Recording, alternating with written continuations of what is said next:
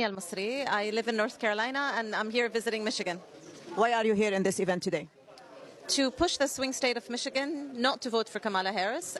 Hey guys, welcome back again to the channel. It's so good to have you. Thank you so much for clicking when you saw this video. So in today's video, okay, my fellow Americans, it's been reported Trump will open up the Keystone Pipeline on day number 1. You'll recall Biden closed it on his day number 1. Here comes lower gas prices, and when the gas prices go down, the price on everything goes down. I literally crawled my ass out of bed to respond to this because I'm sicker than a dog. The Keystone Pipeline has been open for 14 years. Yeah. The Keystone XL was never opened, therefore it was never closed. It was 8% complete when Joe Biden killed it. But beside the fact that there has never once been an instance in history where a pipeline has lowered prices on anything, that's not a thing. That's a lie that oil companies tell politicians to get them approved, and then the politicians repeat that to their constituents. You can go look at historical data. Prices went up by over $1 a gallon for 4 years after the Keystone was opened. Gas prices went up significantly after the Alaska pipeline was opened. There's never been the opening of a pipeline that resulted in lower gas prices. It's not a thing. It's not a thing. It's a lie that oil companies tell you. That's it. There's not a single piece of the Keystone XL in existence. Whatever pipeline was laid was dug up. So he can't open it. And then you say the details everyone cares about is being energy dominant. Not begging the Saudis for oil and limiting fracking. Donald Trump spent his entire administration begging the Saudis for more oil. I know, this is 2018. Again, he spent the whole year of 2018. And then after he got him to do it and completely crashed the market, and oil and gas bankruptcies in the United States were skyrocketing and we had lost 30% of our capacity to drill, he continued to press them to increase production as U.S. companies were going bankrupt and tens of thousands of workers were losing their jobs. He continued to beg them for oil. The only thing Joe Biden asked Saudi Arabia was to undo the OPEC 2020 deal, which was Donald Trump's deal, where he got them to cut production by 10 million barrels a day. That's the only thing Joe Biden did. They said no. He was like, fine. That's why we have the SPR. We'll just use our own oil. That is our oil, by the way. As far as limiting fracking, I have no idea what you're talking about. We set a record in the Permian Basin in 2023 for number of wells drilled and completed, which means fracked.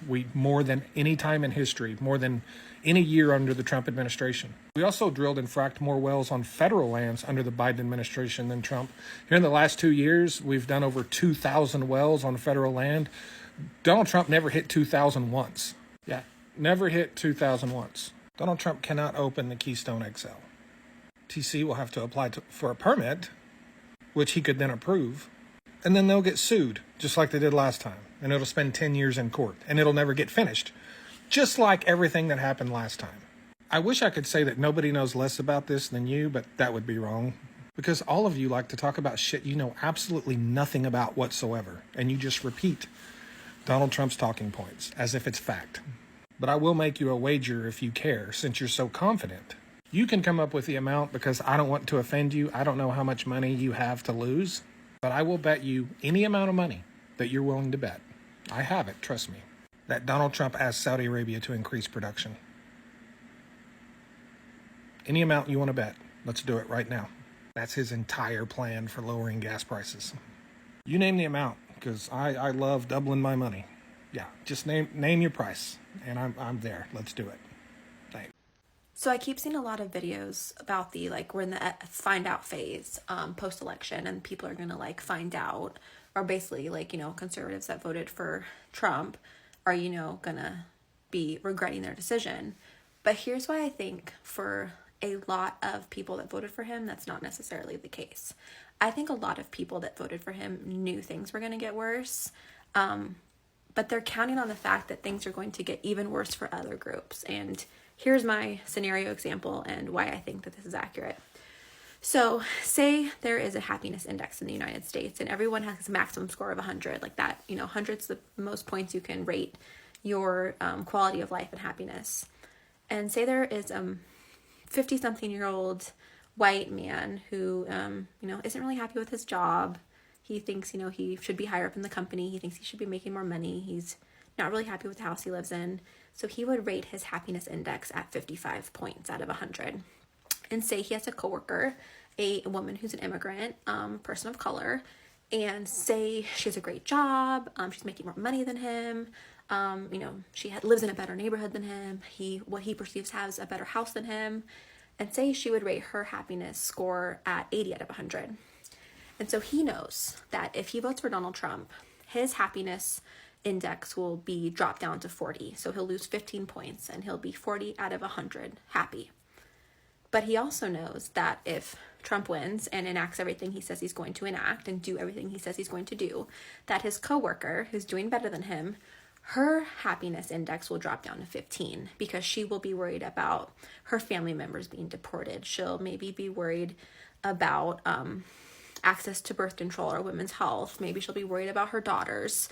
Maybe, there's just all these other things she'll be worried about because she's part of marginalized groups. The man doesn't care that his happiness drops 15 points because hers drops below his. He's now 25 points ahead of her. His is at 40, hers is at 15. Whereas pre-Trump, it was 80 and 55, and he was below her in the happiness index. I think that a lot of these people, when we're saying like, oh, you're going to get what you voted for, yes, they are. And that's what they want, because due to whatever's going on in their life, whatever aspects of their life that they were unhappy with, where they think maybe they were owed something by society, and they see people that are part of marginalized groups or women or people that have worked hard to get where they're at, but that they're doing better than them, they want them to suffer. And so while the FAFO videos, they're like, we're in the find out phase videos, they make me laugh. At the same time, I don't think that a lot of these voters are in the find out phase, and they're ever going to be there because they know what they voted for. They know that tariffs will likely increase their cost of living, but they know that there will be people that his policies will make much more worse off.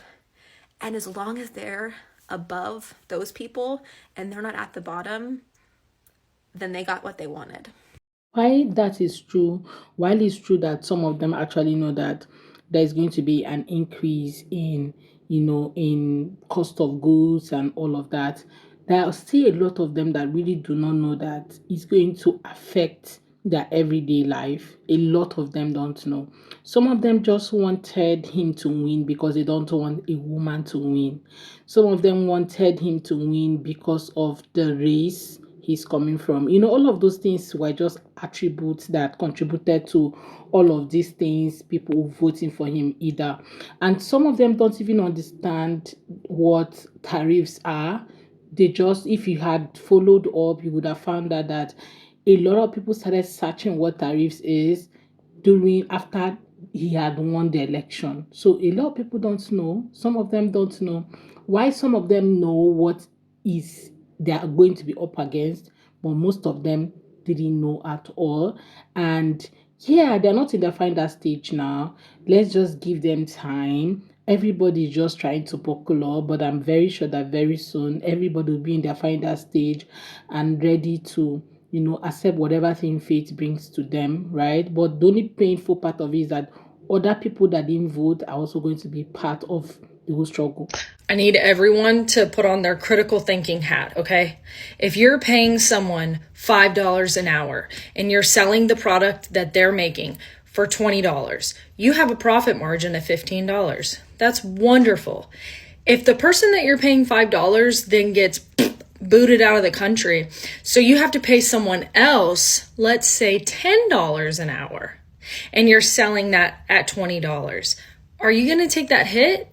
Are you just going to make a profit of $10 now, or are you going to raise that price to $25 so you're still making your profit?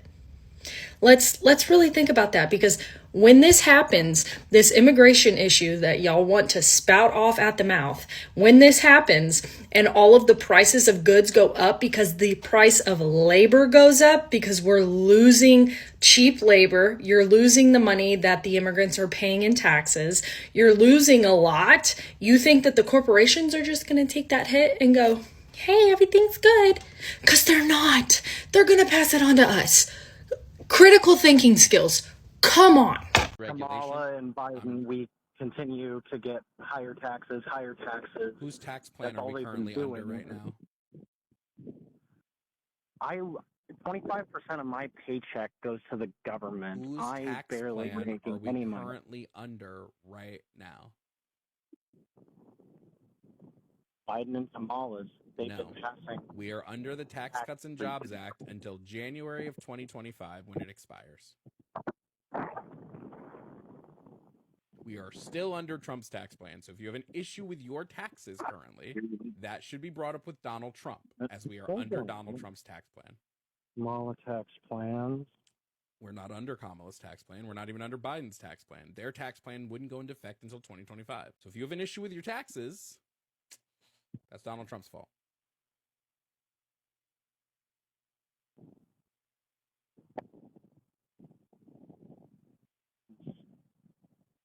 What? Yeah. I don't know if you know this. Donald Trump's tax plan was between 2018 and 2025. That is a silence for me. You guys notice how this guy had to go off after finding out, okay, that he's under Trump's tax plan, not Biden's, okay. But he went blank, like he didn't even say anything again. He just shut up his mouth and just kept calm. This is becoming very funny. I think a lot of people are going to find out, okay, from 20th of January. For now, people are still like trying to understand if this is going to happen or if it's not going to happen, except for those MAGAs, right?